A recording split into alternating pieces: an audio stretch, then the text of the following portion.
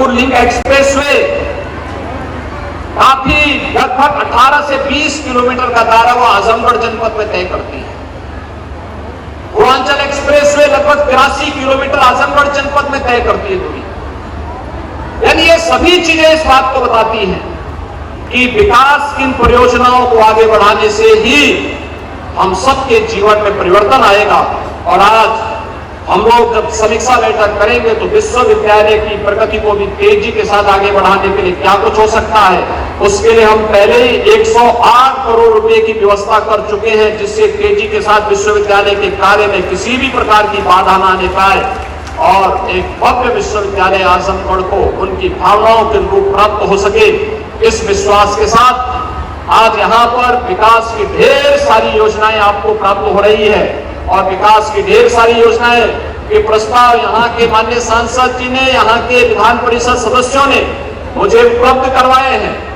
इन सब को हम तेजी के साथ आगे बढ़ाएंगे। इस विश्वास के साथ भाइयों बहनों, मैं आप सबको आज के इस अवसर पर हृदय से बधाई देता हूं, आपको चुनाव जिताने के लिए हृदय से धन्यवाद देता हूं और आप सबसे आह्वान करता हूं। ये देश आजादी का अमृत महोत्सव मना रहा है। आजादी का अमृत महोत्सव का मतलब हम सब सौभाग्यशाली हैं कि देश की आजादी के अमृत महोत्सव के साथ हम सबको यानी 75 वर्ष की इस महोत्सव के साथ हमें जुड़ने का सौभाग्य प्राप्त हो रहा है और 75 वर्ष के इस सौभाग्य के साथ हम जुड़ रहे हैं। एक प्रधानमंत्री मोदी जी ने देश के लिए कुछ संकल्प दिया है। 13 अगस्त से 15 अगस्त के बीच हर घर तिरंगा का कार्यक्रम होना चाहिए। हर घर में तिरंगा लहराना चाहिए। लहराएगा ना तिरंगा? हर घर में हर घर तिरंगा लगाएंगे। सभी लोग सहमत हैं?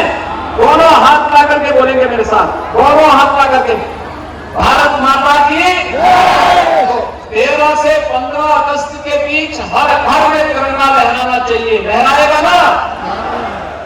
दूसरा, इस दौरान स्थानीय स्तर पर हमारे स्कूलों को, कॉलेजेस को एक अभियान चलाना चाहिए कि हर गांव में हर प्रकार से तकनीक से युक्त करने के लिए सरकार ने तय किया है कि 2 करोड़ स्नातक और प्रास्नातक नौजवानों को हम टैबलेट और स्मार्टफोन की सुविधा से युक्त करेंगे।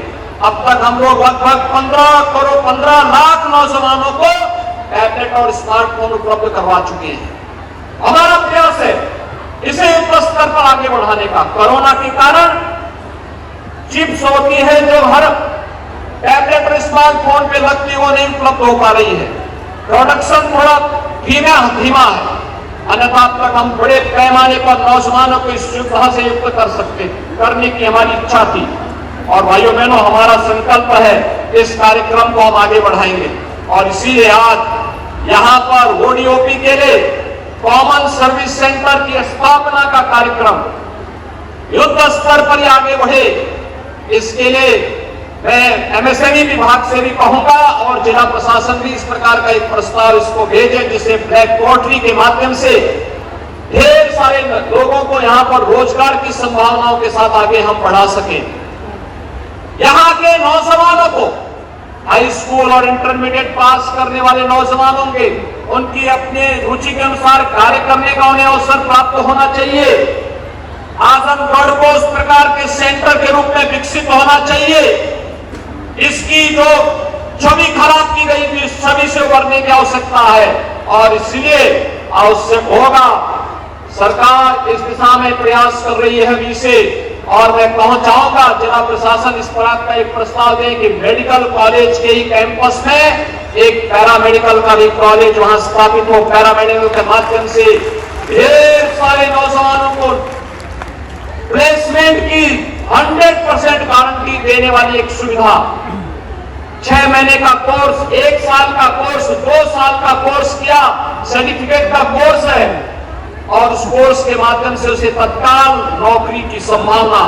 और जब कोर्स प्रारंभ हो, हमें प्रयास करना चाहिए कि वहीं पर हम लोग प्लेसमेंट कंपनियों को भी बुला करके उन्हें रोजगार उपलब्ध करवाने की कार्रवाई साथ साथ भी करें। एक बड़ा कार्य हो सकता है और भाइयों बहनों, अभी तो हम लोग बहुत सीख आने वाले हैं यहां पर।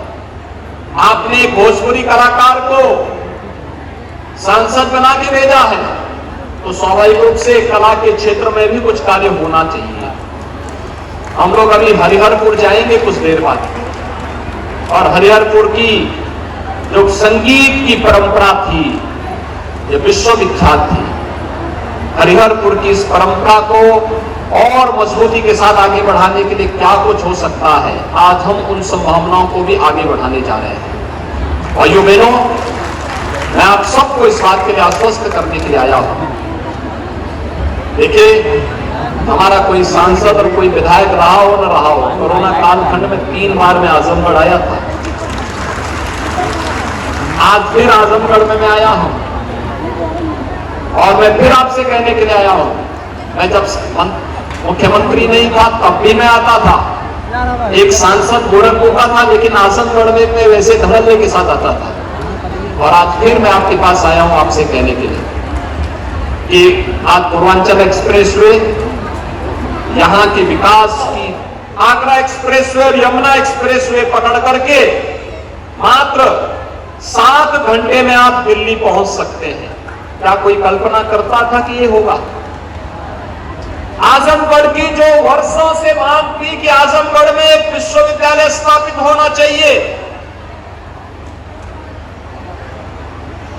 कहने के लिए बहुत सारे लोग आजमगढ़ में आए, लेकिन विश्वविद्यालय भी डबल इंजन की सरकार ने आजमगढ़ को दिया।